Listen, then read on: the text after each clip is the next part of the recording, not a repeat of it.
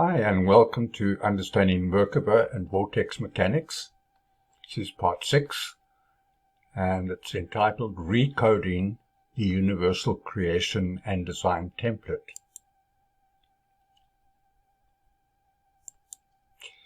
Activating and aligning the Universal Creation and Design Template is a very personal and sacred rite, where an eternal soul being begins the process of decoding and recoding the soul template. The Merkaba field and vehicle is at the heart of the design template for all soul beings. By initiating the activation and a realignment of the soul template, the initiate is literally beginning the process of recoding their soul template and realigning it with the universal creation and design template. Part of the plan of the fallen angels was to keep mankind ignorant of their power and potential to be co-creators of their own reality, and deny human soul beings this opportunity. And they literally recoded our DNA, our RNA, our languages, our cultures, and our religions, religion, notice that word, and to hide the truth through secret societies hidden in plain sight through their symbols and recoding of our languages, so that we literally cast word spells on others.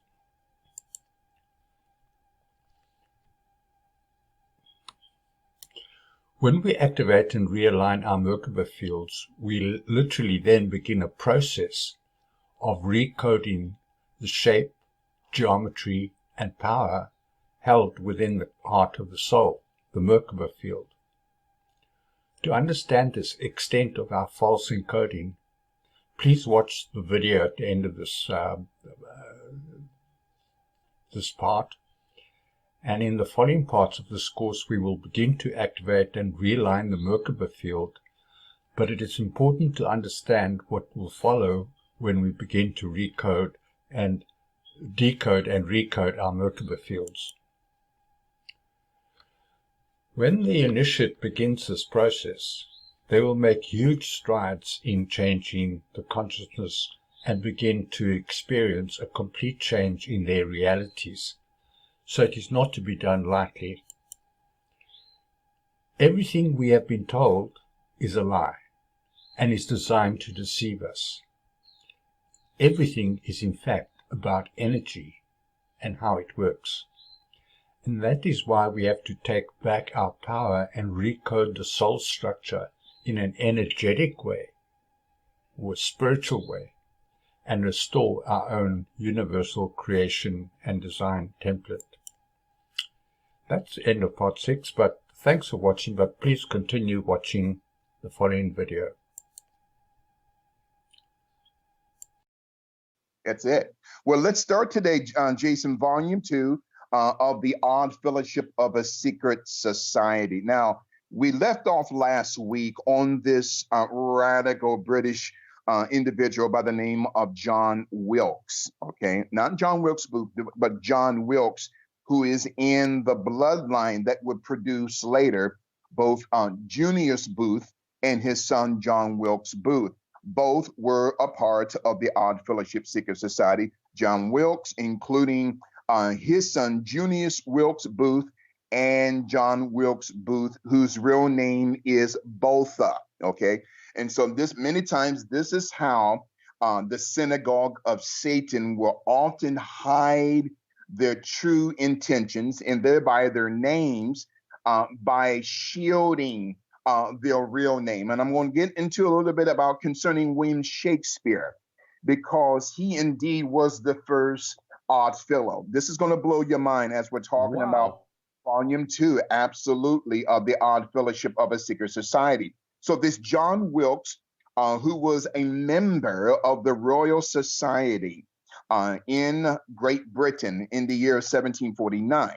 Now, if you examine his name, John Wilkes, within Wikipedia, and go down to several pages, it will show you a photo, a painting of John Wilkes, the attorney, with his right hand inside of his jacket pocket. Okay. That represents that John Wilkes, being a progenitor, okay, in the bloodline that would produce John Wilkes Booth Botha, is a high master mason. Now, last week we talked about the insignia of the Odd Fellow Secret Society. Now, Jason, quickly, if you can, go back to that photo that you showed us last week of your trip in Norway. Okay. Oh, right. And Yeah. right. And outside of the Odd Fellowship Secret Society building there in Norway, I don't know if it's in the city of Oslo, but yeah. So then outside of that building, on the flag, you will see the insignia of the Odd Fellowship Secret Society, of those three chains, okay, being interlocked. Now, if you look closely on that flag of the insignia of the Odd Fellowship Secret Society, it almost looks like a face with two eyes. If you really look at it closely, the eyes of one of the gods, what I call of the secret societies, the owl. And so that owl, capital OWL, is of course encoded on the back of the $1 bill. So on that flag of that Odd Fellowship Secret Society in Norway, it looks like not just three chains connected, and those three chains represent a master mason, a marked master mason, and a holy royal arch. Now, a lot of people within the Odd Fellowship Secret Society, they would tell you, no, Bishop, it means love and unity, but those are just the code words as we're talking about this odd fellowship of a secret society. So now, Bishop, then, may I ask a question real quick, because I think this is confusing to people. It's not just a matter of hiding the meaning of that symbol from people like us who are looking at the society from the outside. Isn't it correct, Bishop, that very probably most of the people involved in any of these things do think it's about friendship, integrity, and love? Because if it was about subverting the government and doing secret, dangerous, crazy things, nobody would want to join. Well, exactly. Well, what is their interpretation of friendship, and what is their interpretation of love and unity? Right. And so, as we talked about for the past few weeks concerning Black Lives Matter, does matter mean something of a significance, or does matter mean that the individual is a compound, okay, a chemical property? So concerning the odd fellowship of a secret society, and that term or that phrase, odd man out, goes back to the Atlantic slave trade, as on those slave ships from the 1400s all the way up into the early parts of the 1800s, right? Years before the Emancipation Proclamation and the ratification of the 13th Amendment, where a lot of indigenous African slaves who were diseased with sicknesses were to be extracted or thrown overboard. So that's the term or the phraseology that we get, odd man out. But James Gersh, sorry to interrupt, Bishop, but James Gersh is telling us that the three chain links also could represent the 3 points of a pyramid. That's an interesting possibility. That's a very interesting possibility. Very interesting. And again, you got some of the best listeners, astute listeners I've ever been a part of in 25 years of radio and podcasting within that industry. And so then it could very well mean that this trichotomy of not just these three chain links, but also it may represent the three trichotomy points of a pyramid, or what we call a pyramid, okay? Also, it could represent spirit, soul, and body, body, soul, and spirit. So then one who is a master mason, one who is a marked master mason, and one who is a holy royal arch mason, this represents the trichotomy of the DNA and RNA, what makes up this odd fellowship secret society.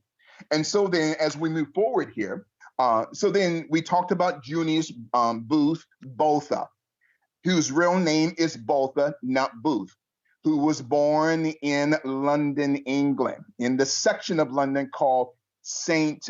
Pancras, capital Pancras.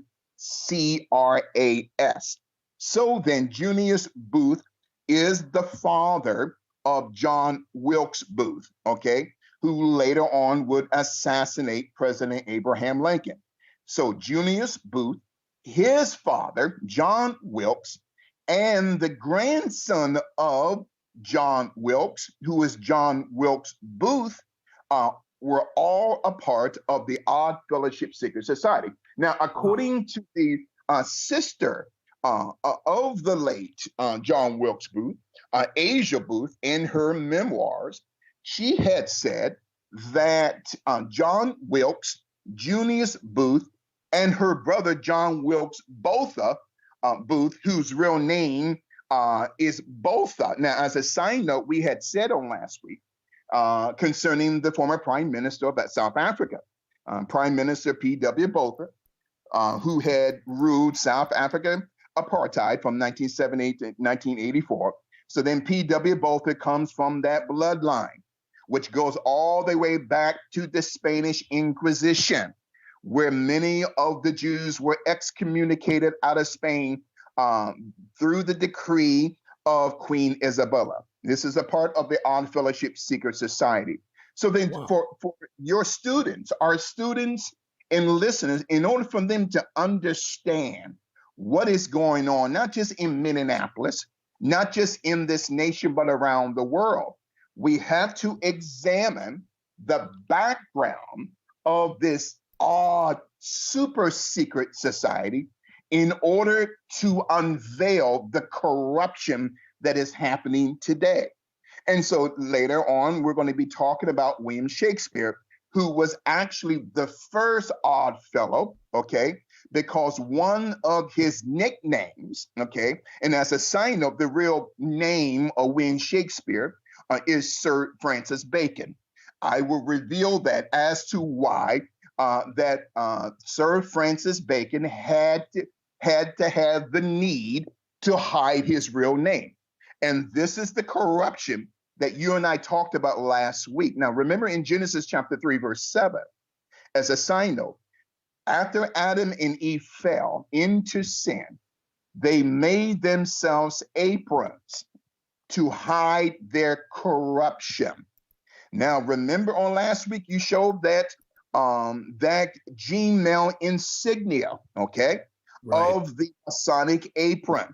That also represents the insignia of the three links concerning the Odd Fellowship Secret Society, which goes back as early as the year of 1666. So then Junius Booth gave birth to John Wilkes Botha, who will later assassinate President Abraham Lincoln, okay? So then we talked about the creator of the Salvation Army, right? William Booth Botha, who was also a high-ranking 30-31 degree Mason within the Odd Fellowship Secret Society. So then William Booth or Botha, with that right hand inside of his jacket pocket, and your listeners can just type in the Salvation Army, MUSE, capital M-U-S-E-E, Protestant, or museprotestant.org. So it will show William Booth with that right hand inside of his jacket pocket.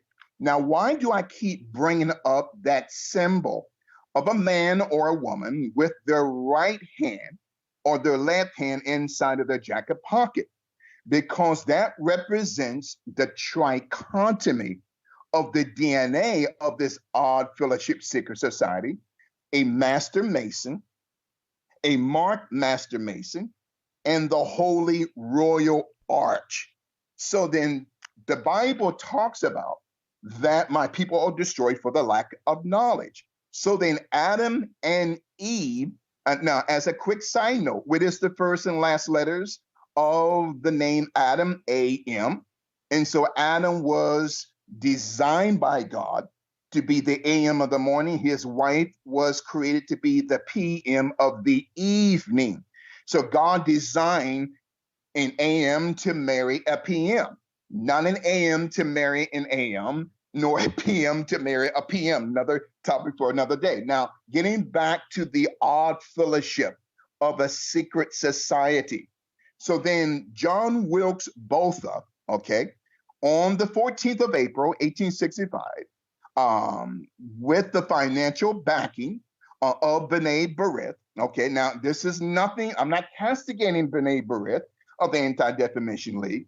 There were rogue elements within B'nai B'rith in the state of Virginia chapter during the 1800s, which they had hired an attorney by the name of Simon Wolfe with Rothschild money to pay not only John Wilkes Botha Booth to assassinate the president, but also paid off the security detail of President Abraham Lincoln. Where was his security? They were paid off.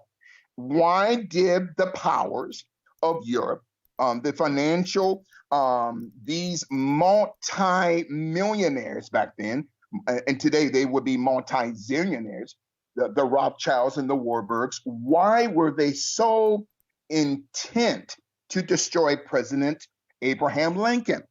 Because Abraham Lincoln did not want the United States for America to be controlled not only by non-Americans, but to be controlled by global bankers and financiers. He did not want the United States monetary system to be controlled outside of the United States of America.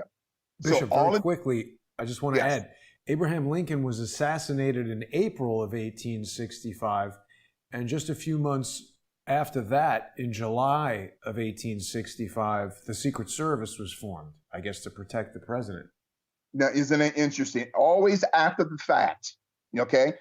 Just like JFK, okay? When after JFK was assassinated, then no presidential limousine would have an open bubble top, would have a top. And so it's always after the fact. This is a part of this demonic Luciferian Baphomet deep state, as we are teaching your listeners the odd fellowship of a secret society. And so then John Wilkes Botha, okay, his bloodline going back as early as the Spanish Inquisition during the 1400s. And as a side note, Christopher Columbus had Khazarian blood as well. Now, what is a Khazarian? They are counterfeit Jews. They're not real Jews like the Jews of today. And as a side note, every Hebrew is a Jew, but not every Jew is a Hebrew.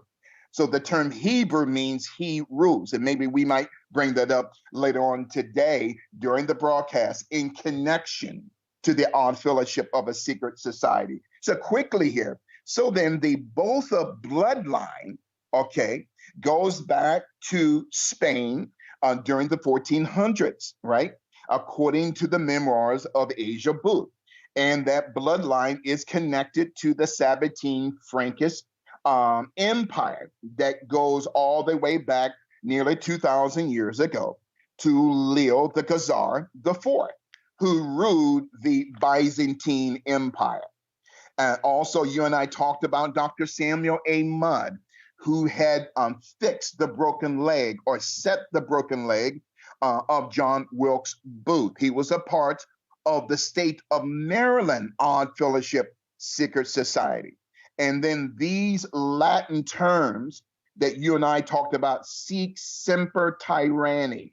Now, if you can, Jason, I sent you some photos to your Skype inbox. Now, one of those photos shows the seal of St. Michael, okay? Now, remember that angel with his foot on the neck that is supposed to be Lucifer. If you can show that, it shows Lucifer as a black man. And again, I'm not making this a racial teaching today or a racial connotation.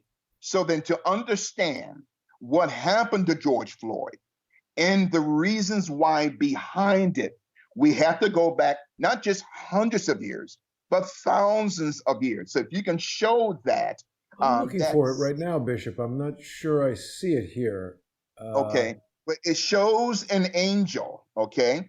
It should be in your Skype inbox, all right? It shows an angel who happens to be white on the neck of Lucifer, who they have painted as brown or black. Again, this is not a racial type of teaching, but in order to understand the thinking of Black America and why, to understand why the way that they think, we have to look at symbols, okay? And so if you get an opportunity, bring that up of a white angel on his foot on the neck of Lucifer. For some reason, they have Lucifer as black.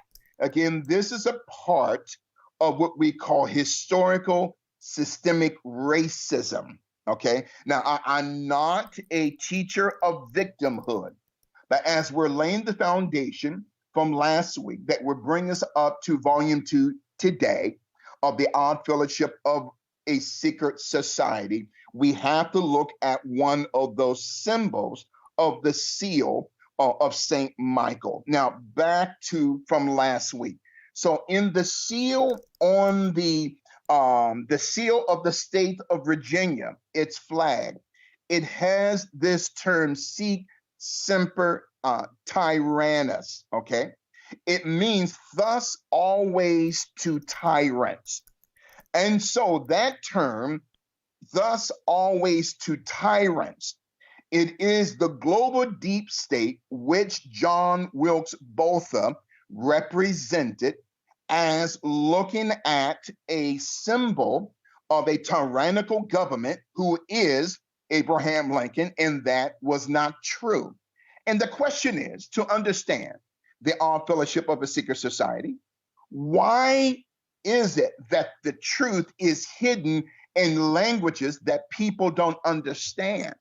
Like Greek, like Latin, okay, like many of the Asiaticus or Asian dialects, because these demons do not want you and I to decipher the truth, as we're talking about the Odd Fellowship of a Secret Society. I have And something so, important to share, Bishop, because I've been looking for this seal of St. Michael image, and I have not found the one that you sent, but I did find something extremely interesting. I don't know if you can see this on the screen share. Are you getting the screen share? Because we had a bit of a... no, I'm not. No, let no, me sir. see if I can... why is that not doing that? That's very frustrating.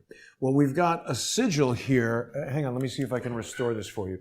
There's a sigil, Bishop, that seems to be showing the inverted, the manger that we have seen associated with Lucifer. Yeah, we talked to Kobe Bryant in some this months. thing. Okay, I think you've got the screen share now. Yes, Do you see that? absolutely.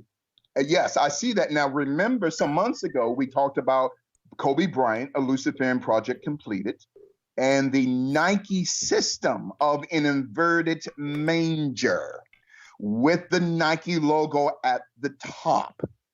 Now we're seeing almost nearly the same thing. So then it is through symbols and codes and algorithms that the deep state Baphomet Luciferian system hides their true intent. Okay, this also represents sic semper tyrannis. Okay, thus always to tyrants. So then the deep state looks at a great president like President Trump as a tyrant. And there you go, the picture of Larry Fitzgerald. And you notice the lapel pin that represents the inversion of the manger of the Lord Jesus Christ. Anything that Christ has in truth, the devil has a counterfeit. Now, and go back to the state of Virginia, the flag, please. If you can go back to, there you go. You notice again the crown. You brought this up last week. The gold crown, that term crown means corona. Oh, yeah. Now we're in the midst of the coronavirus. Wow. And with this man dressed in purple, and that color purple represents royalty. Oh. So then to understand the psyop of George Floyd and the psyop of Derek Chauvin, we have to look at the seal of the state of Virginia, okay? Sic semper tyrannis, okay? So the crown represents corona.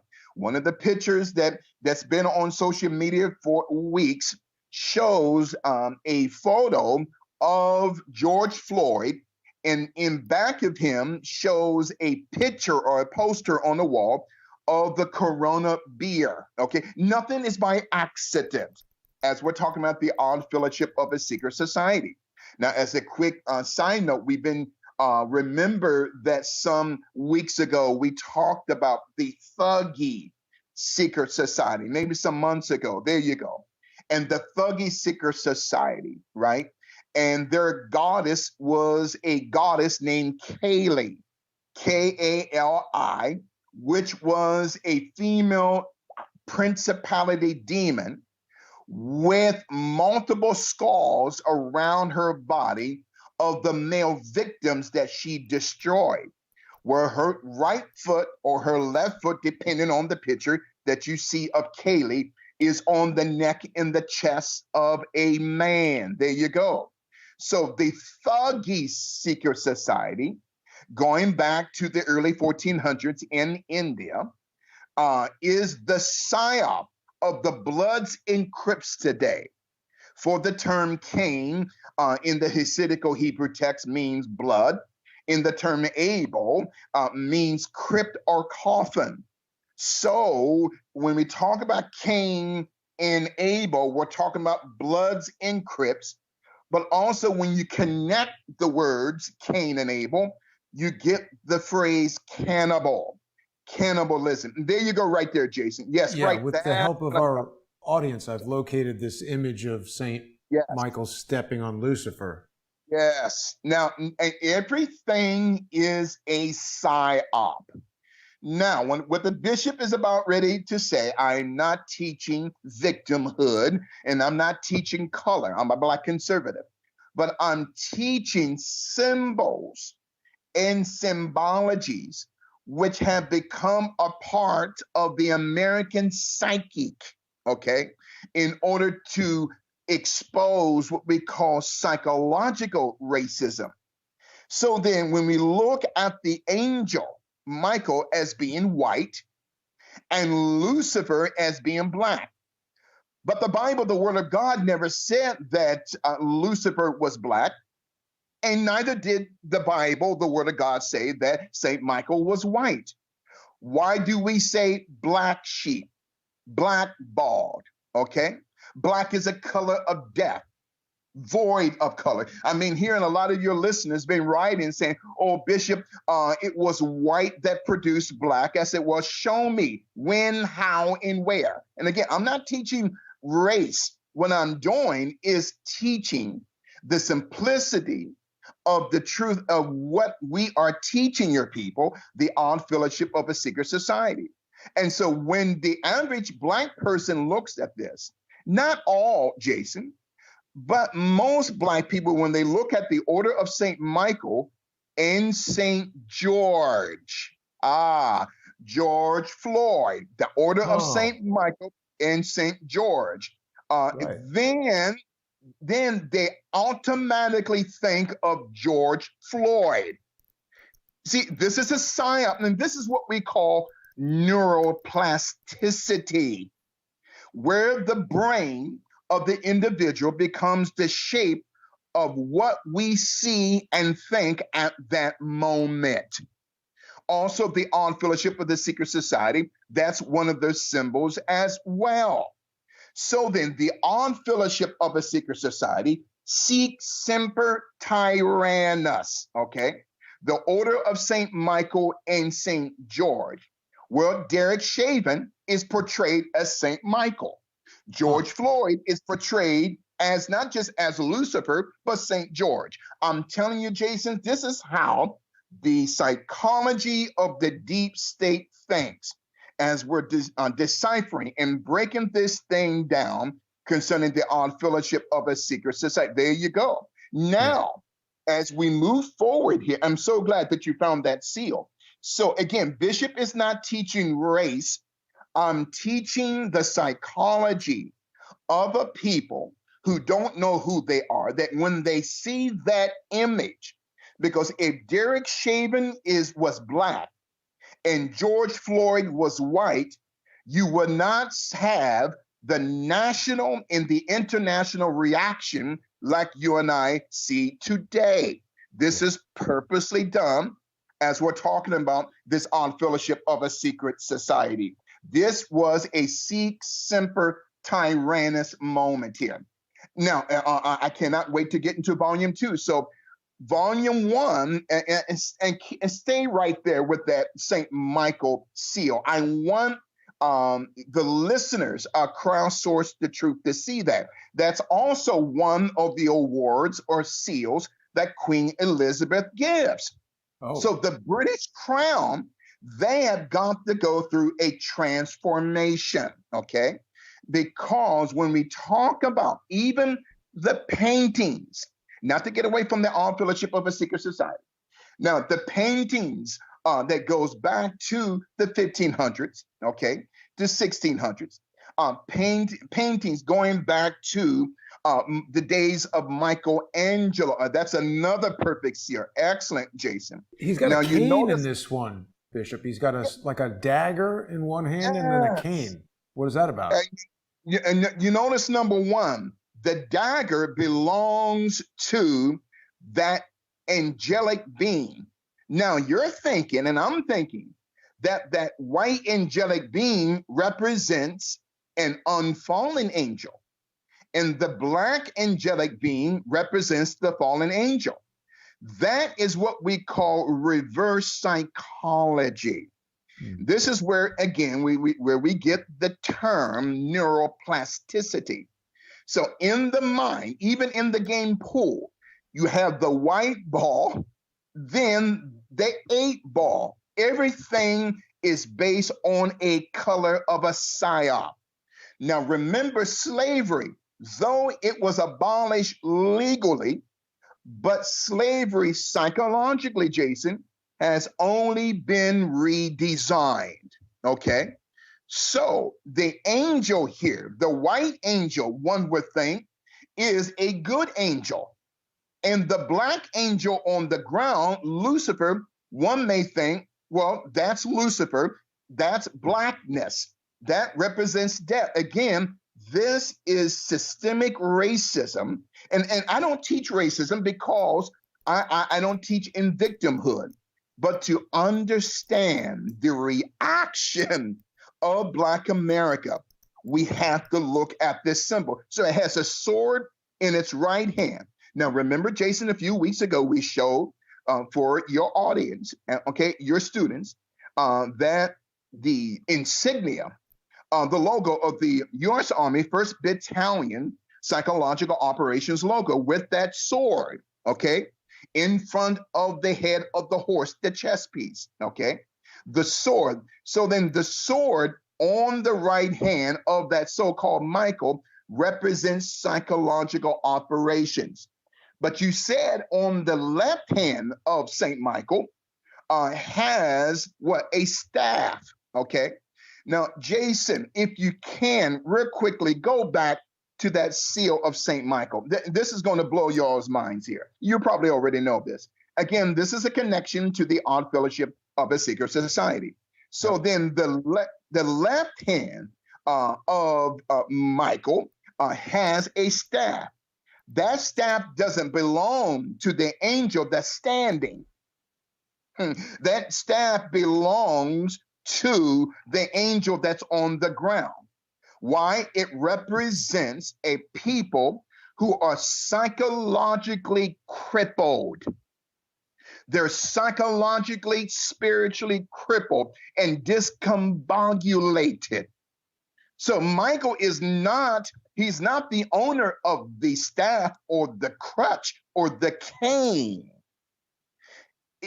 That cane represents the entity that's on the ground, because the deep state looks at people of color as animals.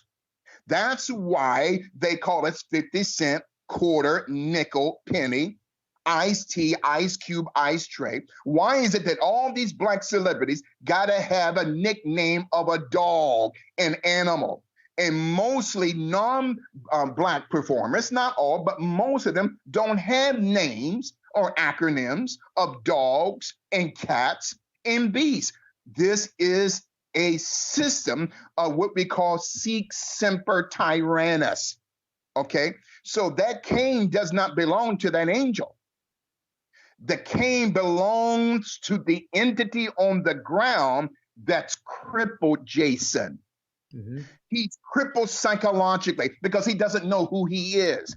He's crippled from his past because he doesn't know his name. He doesn't know his language, okay? English is the weakest language on the dialectical spectrum, okay? He doesn't have a home. So the system has him on the ground because the system looks at him as unhuman. Okay, as we're talking about the odd fellowship of a secret society. One quick thing to point out, Bishop. Yes. The white angel, Michael Archangel, he's wearing an apron. And then when you look at the odd fellows, oh my God, they also have these aprons with fringes on them. Again, look at that. Again, Genesis 3:7, where Adam and the woman, and as a side note, Eve was not called Eve until after the fall. So man named her. She didn't name herself. So the Bible says, there you go. Look at that. Okay? So when we talk about a cane, when we talk about a sword in the right hand of Saint Michael, who is supposed to be Saint Michael, represents psychological operations. The cane or the crutch in the left hand of Michael doesn't belong to Michael. It belongs to the entity on the ground, who is nothing more than a piece of matter. Black Lives Matter.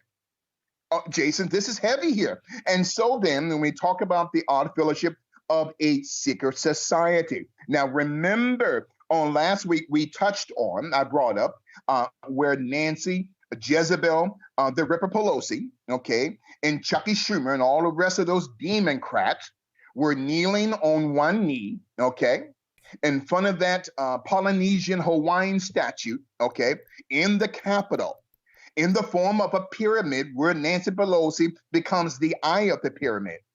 Nancy Pelosi and all of these other Democratic congressmen and senators are wearing what? A kente cloth. And this is how ignorant they are, Jason, as we're talking about the odd fellowship of a secret society. Who created the kente cloth, the Asante dynasty, going back at least 2,000 years in what we call Western Africa?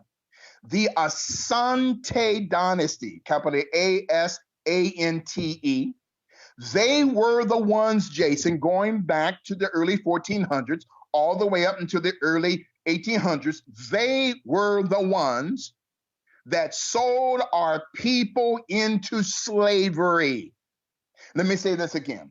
So then, the Asante dynasty, who are the creators, okay, the progenitors, okay, those who created the kente cloth that the Democrats are wearing, they don't even realize it was the Asante empire that sold black folk into slavery.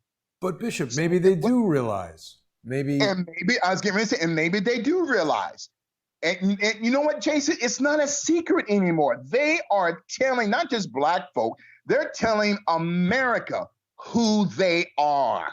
Okay? Right. As we're talking about the odd fellowship of a secret society. So stop wearing kente cloths, because the Asante dynasty in Ghana were the ones that sold our people into slavery, as we're talking about the Odd Fellowship of a Secret Society. I got now, something to add, Bishop, because if you brought up Right. Nancy Pelosi, it reminded me of this ridiculous episode where I forget who, James Corden show, who I actually think he's pretty funny, but she was on that James Corden show at her house with a refrigerator that probably cost more than my apartment, filled with ice cream that's like $12 a container, which is ridiculous.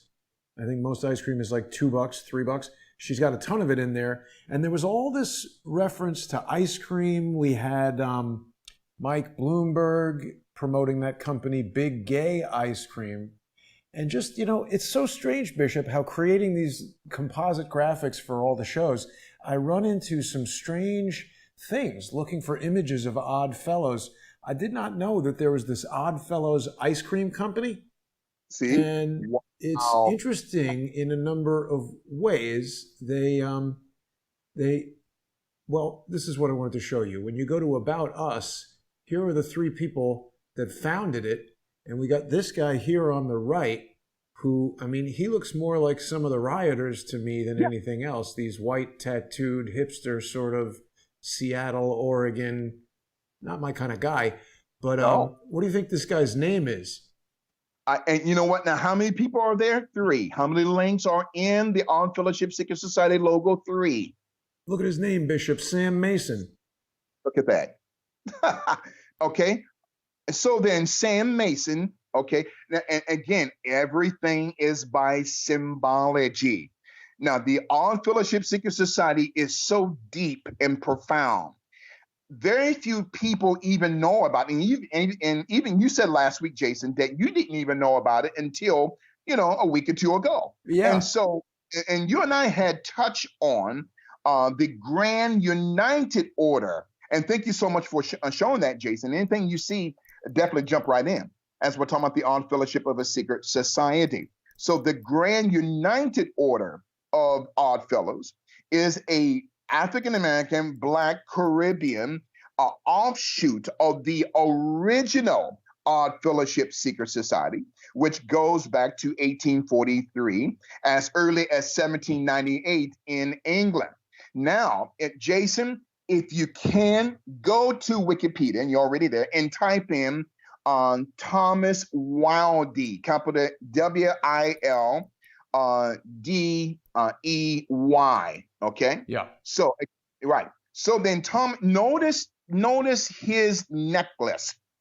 And if you can go in closely, now he is carrying a symbol on that keychain called the Order or the Cross of Lorraine. Okay. Oh, the Lorraine Motel, Bishop.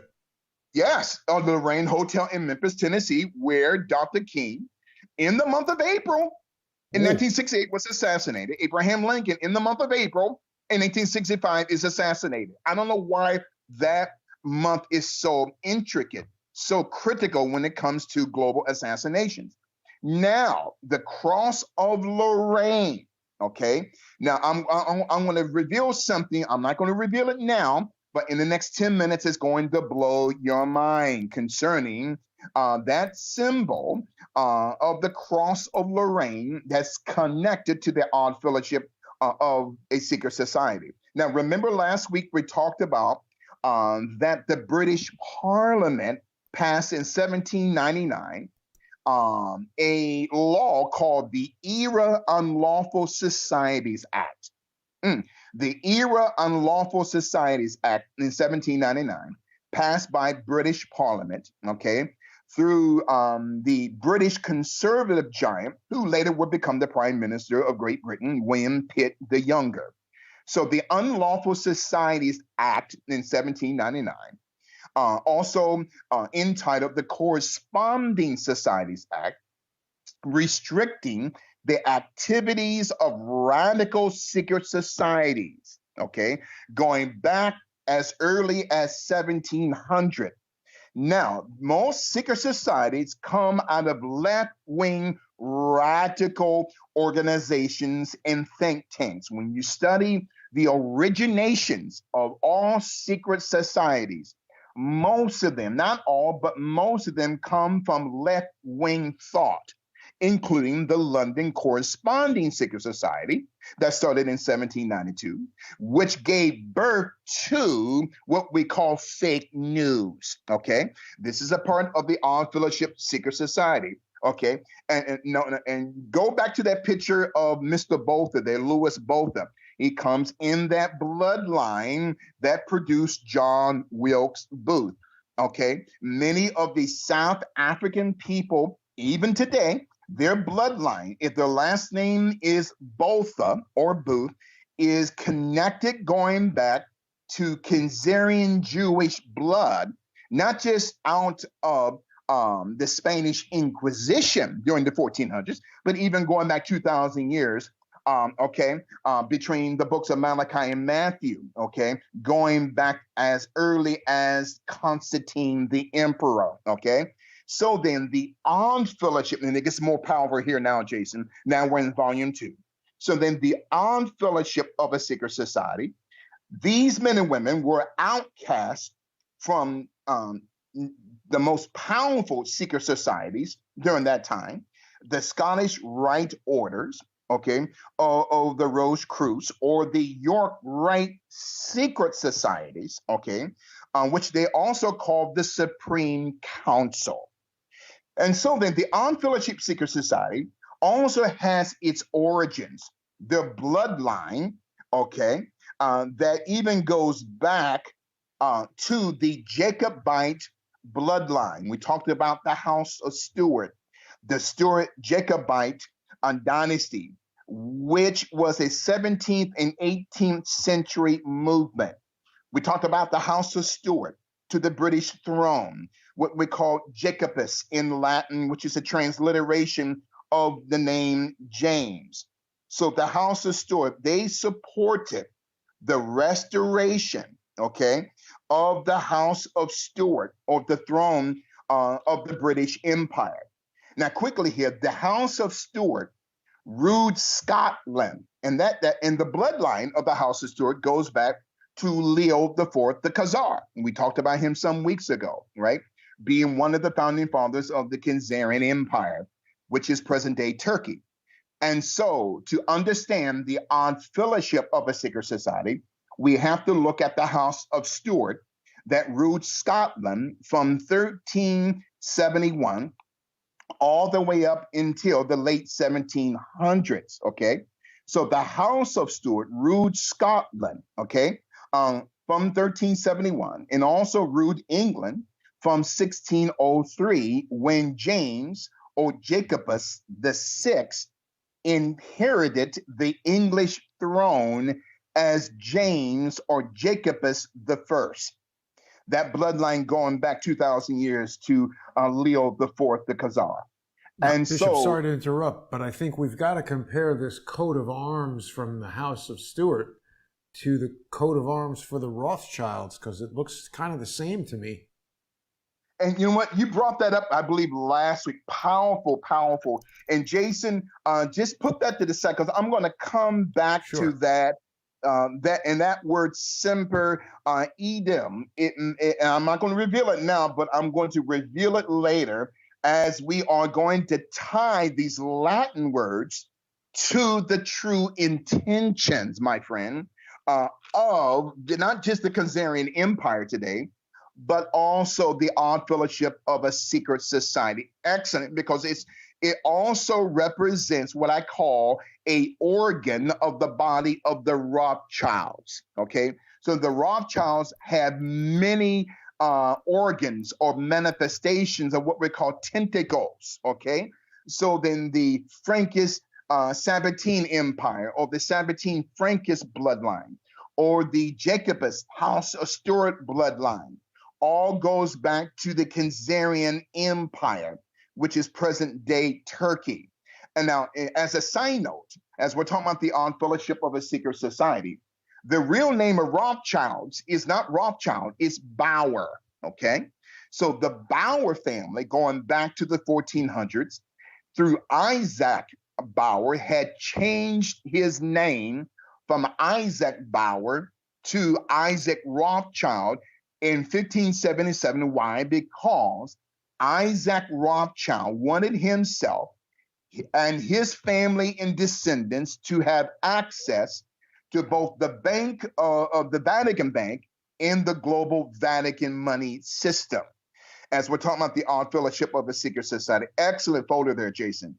So then we talked about the House of Stuart, the Sabbatine Frankish Empire, going back 2,000 years to Leo IV the Khazar, who ruled the Byzantine Empire from 775 to 780 AD. So as we move quickly, now remember some weeks ago, Jason, I brought up this Turkish word, kaganate. Kaganate. Now allow me to spell that for your listeners. Capital Khaganate.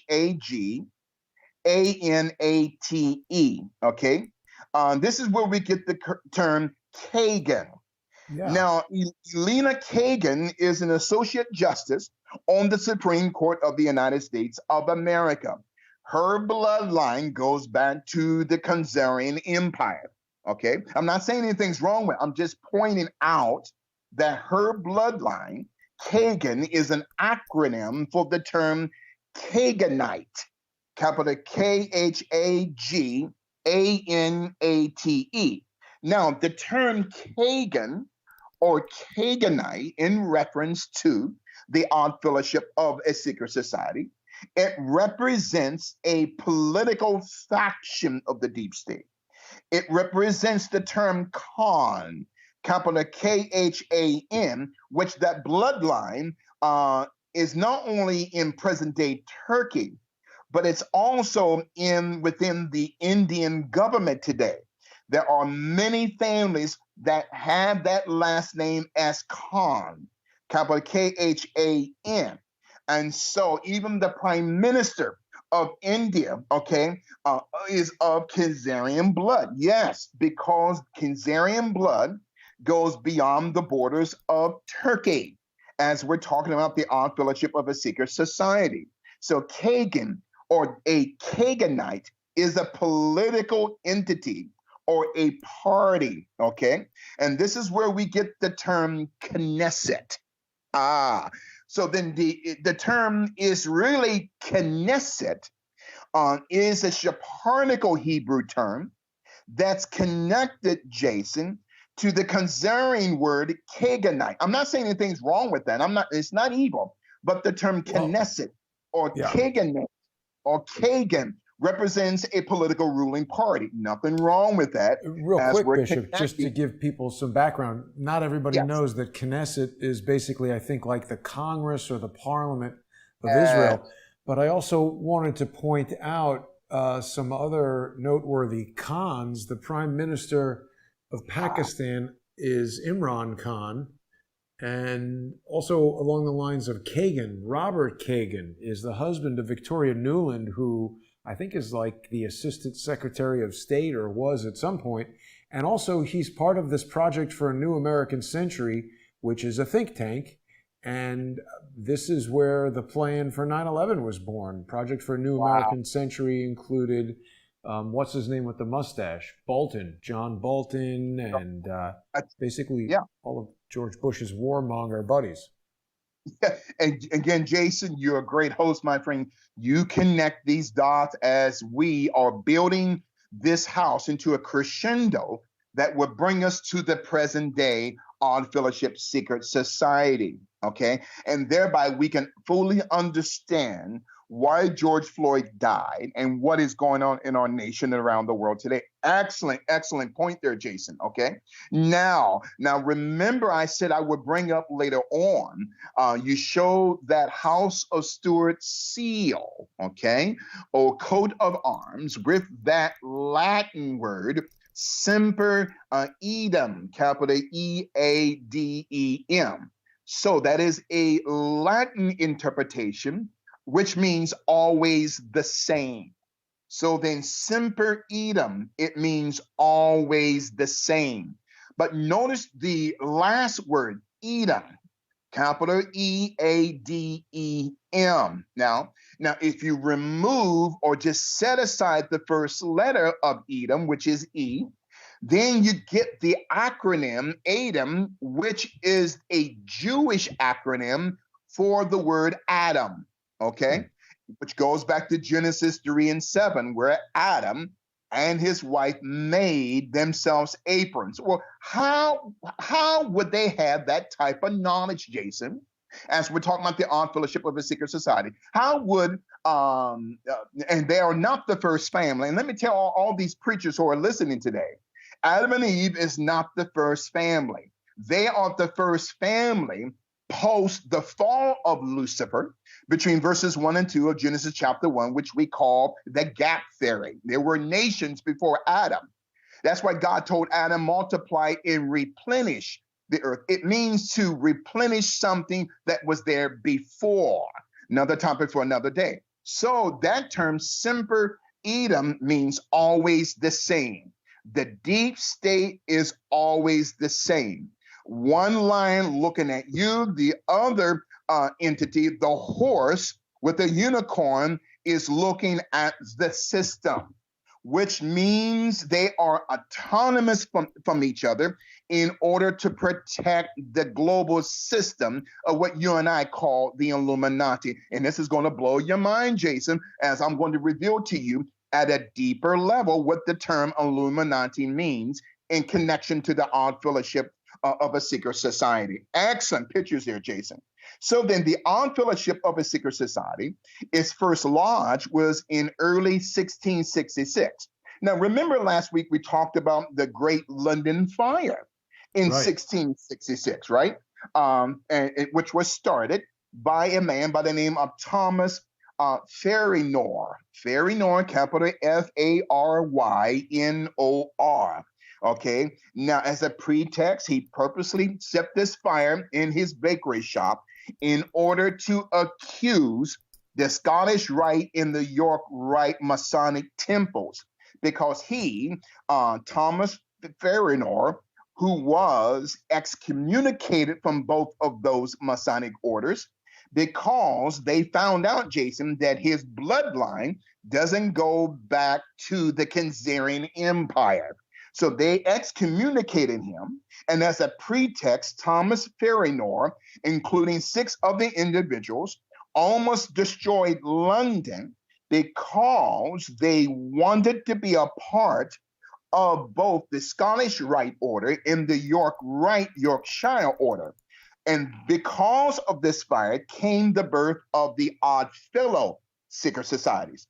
So another term for Odd Fellow means it's a person that's been excommunicated from the Masonic order, more specifically from the Scottish Rite or the York Rite order, because their blood does not go back to Leo IV, the Khazar, even going back to the great-great-grandfather of Leo IV, Constantine I.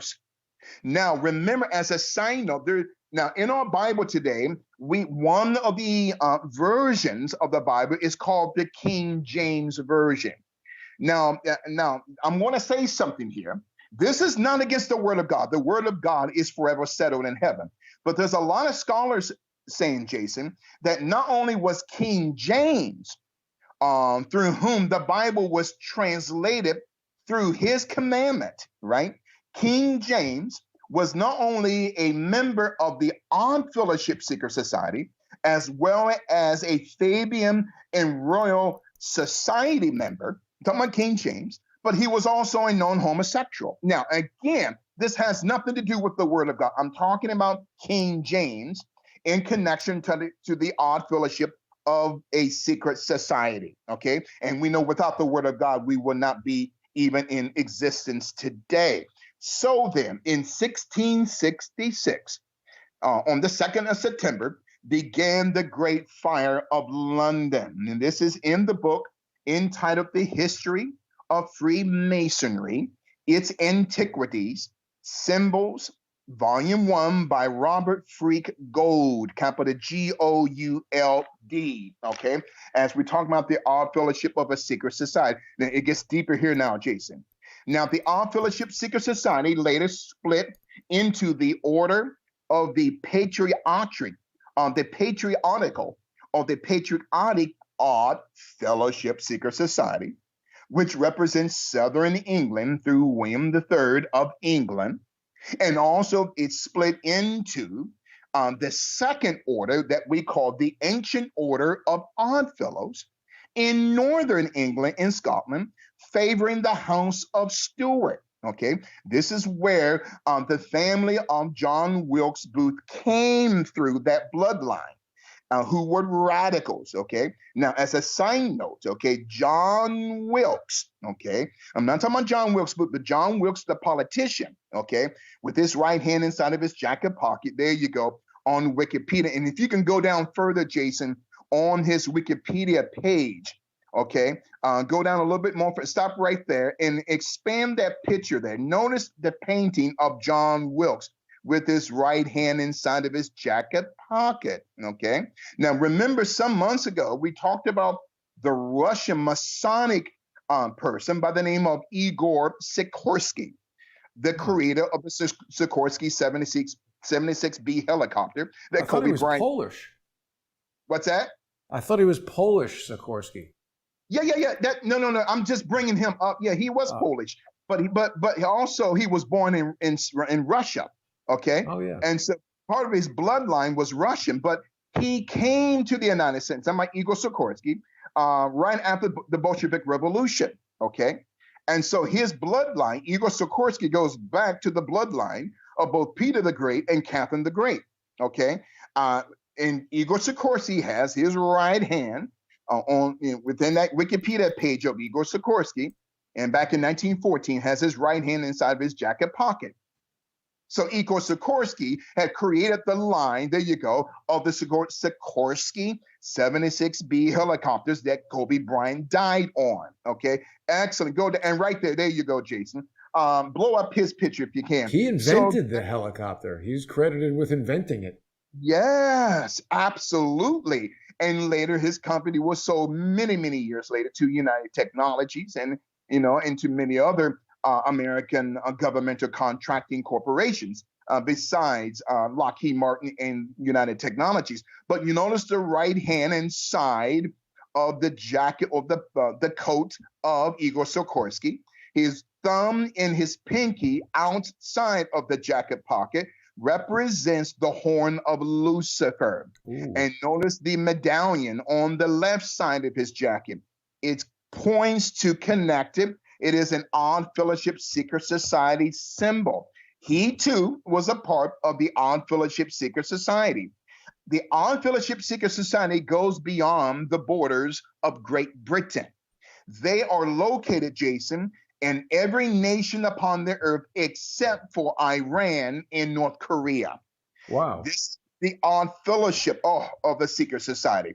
It gets even more deeper here as we're deciphering what is this Odd Fellowship of a Secret Society. So the bloodline of the Boltons, right? And John Wilkes Booth goes back at least to the early 1400s. Now, as a side note, the Royal Society that began in 1660 and the Fabian Society that began in 1884 are tentacles of the Odd Fellowship Secret Society, okay?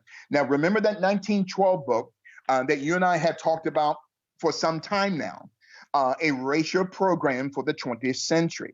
Now, it's been denounced as anti-Semitic or as an anti-Semitic hoax, but in actuality, that book is banned from here in the United States.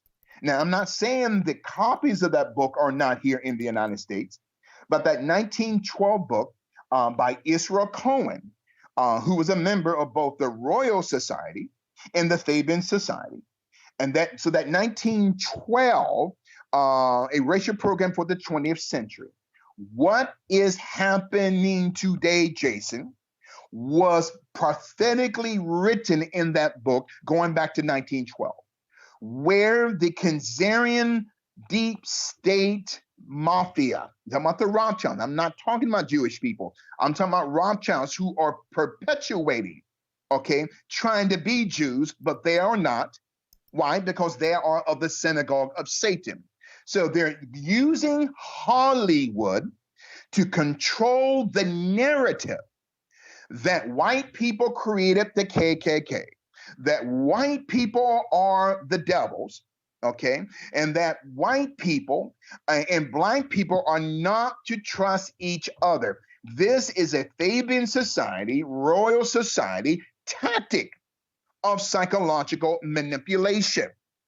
So then, what was prophesied in that book, Jason, in 1912, is happening today, especially concerning the riots in Minneapolis, Minnesota. Okay, and it gets more deeper here. Now, remember from last week and also today, at the beginning of today's teaching, concerning the three links, okay, of the Oddfellow Secret Society, right? And that photo that you showed of your trip to Norway, right? So then the chains also represent the Atlantic slave trade. Now, one of your listeners had said last week, and I couldn't believe that this person said it. This person said that the Atlantic slave trade did not exist. Okay, that person is ignorant. I'm sorry. Yeah. That's How like could they say saying that? right. That person said that the Atlantic slave trade did not exist. So That's like that's saying there was no Holocaust. right. Exactly. That's it. That's an anti-Semitic tactic. You are 100% right, Jason. See, so then to say that the Holocaust didn't exist, and but also, Jason, there was a Black Holocaust, the global Atlantic slave trade. Again, I'm not teaching victimhood, but you have 100 million Black people extracted from their homeland, language taken away, history destroyed. And now we see the repercussions of that via Minneapolis, Minnesota. I'm not giving Black people a pass, but I want your listeners to understand the psychological condition of Black America when it comes to their perception of what we call the system. And can I say this quickly, Jason, as we're talking about the odd fellowship of a secret society? The problem with Black America is not racism. I'm not saying it's not a problem, but it's not the main problem. I want Black people to hear me today. The problem with our people is the lack of fathers in homes, Jason. That's the problem. Because if you have that father in that home, that father can direct that son and daughter how to navigate not just around racism, but how to avoid putting yourself in situations that will allow you to be processed through the system. And this is a part of the Odd Fellowship Secret Society. And now, getting back to the Odd Fellowship, there you go, William Booth there, in the bloodline of John Wilkes Booth. So there is a Latin term, my friend, and this Latin term is called amicitia amor ad veritas, capital AMICITIA,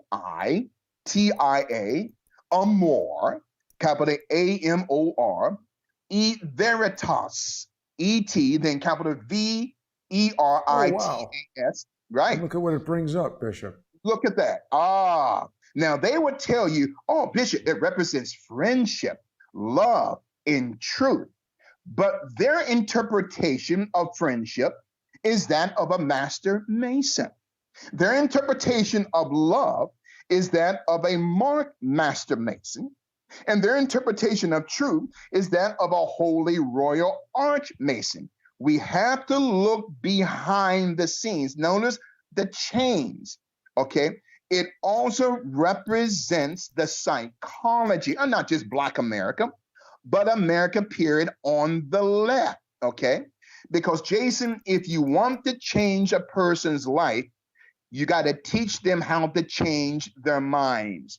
Once their thinking changes, then their entire life changes, as we're talking about the odd fellowship of a secret society. Hi, folks. The video you've just watched about the Odd Fellowship was the Odd Bedfellows, I would call it. gives you a glimpse into the thinking behind the fallen angelics here and how they've tried to manipulate and control humans for eons, for a long, long time. And in our modern history, our history, in modern history, is littered with a canon, it's a C-A-N-O-N, of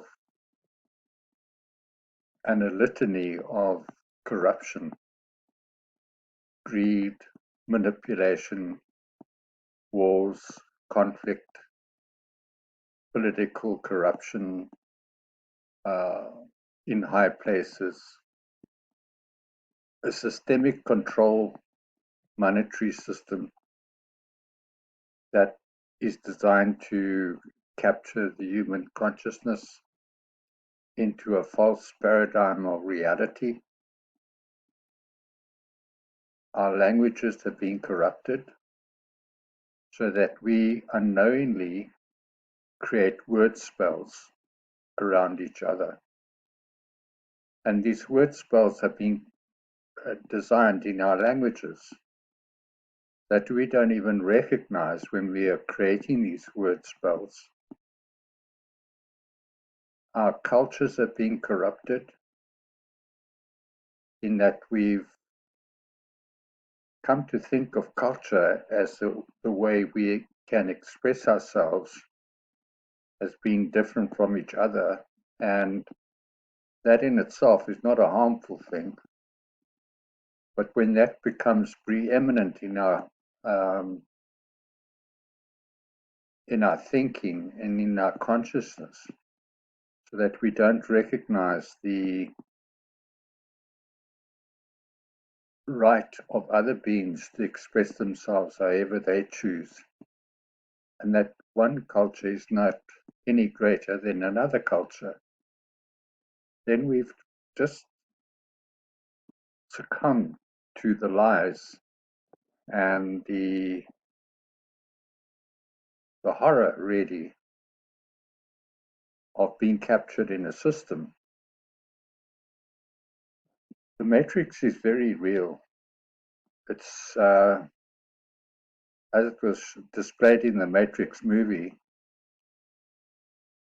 The movie, it just gives us a glimpse of what the Matrix really is. It's all just about information, and the information that's carried in words, the information that's carried in symbols, the information that's carried in movies and films and documentaries, and it all kind of interfaces with each other to collapse the consciousness and to defragment the consciousness into compartmentalized thinking, that we can't actually see the whole. We can only see bits and pieces and parts of the whole. It's like a blind man trying to describe an elephant. He may feel the elephant's foot or leg and say, this beast, this thing I'm touching is very large. And when it moves, you'll say, well, it's animated, it can move, it has motion. And he might try to feel around the exterior to try to feel the extent of its size, its texture, and come to the conclusion that this thing is impossible to describe because he can't see. And the purpose of awakening is to be able to see the whole elephant, and to recognize what it is. And in a sense, that's the nature of our reality. It's that elephant that we're trying to describe that cannot be described by only understanding one little piece of it. You have to understand and know what all the parts of that elephant are. It's like our biology, it works in the same way. It's an integrated system. It's an integrated self-supportive system that supports itself.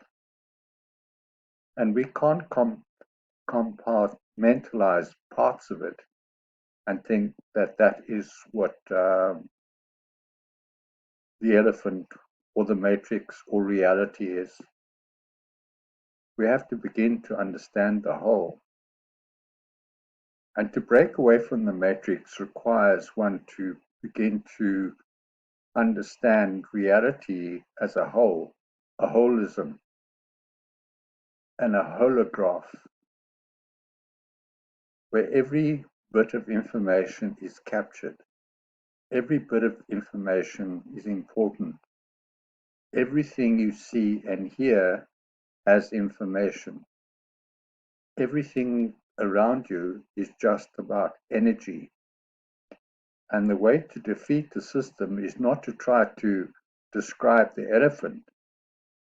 The way to defeat the system is to understand the whole elephant and to wake up and have the seal unbroken on your eyes so that you can actually see what is real. You can actually know it. And so that you can begin to examine the elephant and know that it's a whole. It's not just the sum of its parts, because the elephant has an interior as well as an exterior. And so delving into the nature of reality is like trying to create and recreate a system of wholeness. And that is not easily understood by the human mind, which is thoroughly indoctrinated with dogma and thoroughly indoctrinated with false information that we literally can't see the woods for the trees. We can't make out what reality is because we can only see little parts of it. So the teachings that I bring are designed to give one an understanding of the whole and not just the parts. And understanding the whole takes a lot of effort, a lot of reprogramming, a lot of recoding, and everything is just information. And if the information we've been told is a lie and deceptive and cannot be trusted, then one has to try to find a source of information that can be trusted. And hopefully that's what I'm doing in my course, is to bring everyone's attention to that which is not seen with the eye, but to that which exists, but is unseen. And once you understand the unseen world, you'll be able to understand the seen world far better. Because the elephant is, in fact, just a representation. Reality is just a representation of the underlying energies that exist in that elephant or matrix. It's the underlying information behind everything that actually creates our conscious awareness. It creates our bodies, it creates the reality we experience, and it creates everything. And unless we reprogramming and decode from the old and recode to the new, we'll never be able to understand what the matrix really is and how we can break away from it. So in this part of the course that I'm teaching on the Merkaba and Vortex Mechanics, it really is going to break away from the matrix conditioning. It's the start of breaking away.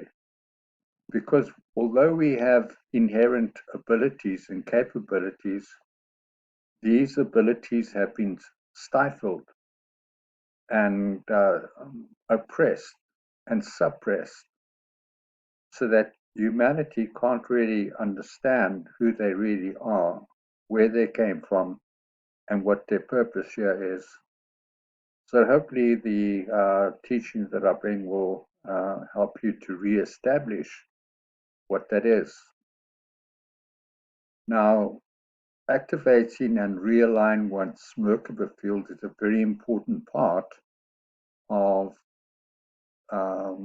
liberating oneself from the matrix, to understand oneself not as a physical being, but as a being of energy, a being of light and sound, and a being of consciousness, and fully aware of their consciousness, of what they are, where they come from, and what their purpose here is. So I would encourage you to do the exercise on realigning and activating your Merkaba fields so that you can begin to reconnect to the universal energy fields and restore your universal memory. And we'll get into this a lot later in the program, in this course. And you might say, well, why can't I just explain it in one course? Well, it took me 3 years to understand it. And even after 3 years, I didn't fully understand it. And I had to go experience it after that to really come to terms with what it is and what it does and how it works.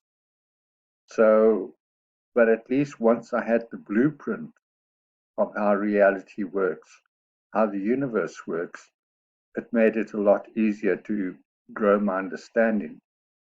But I had to do the hard work.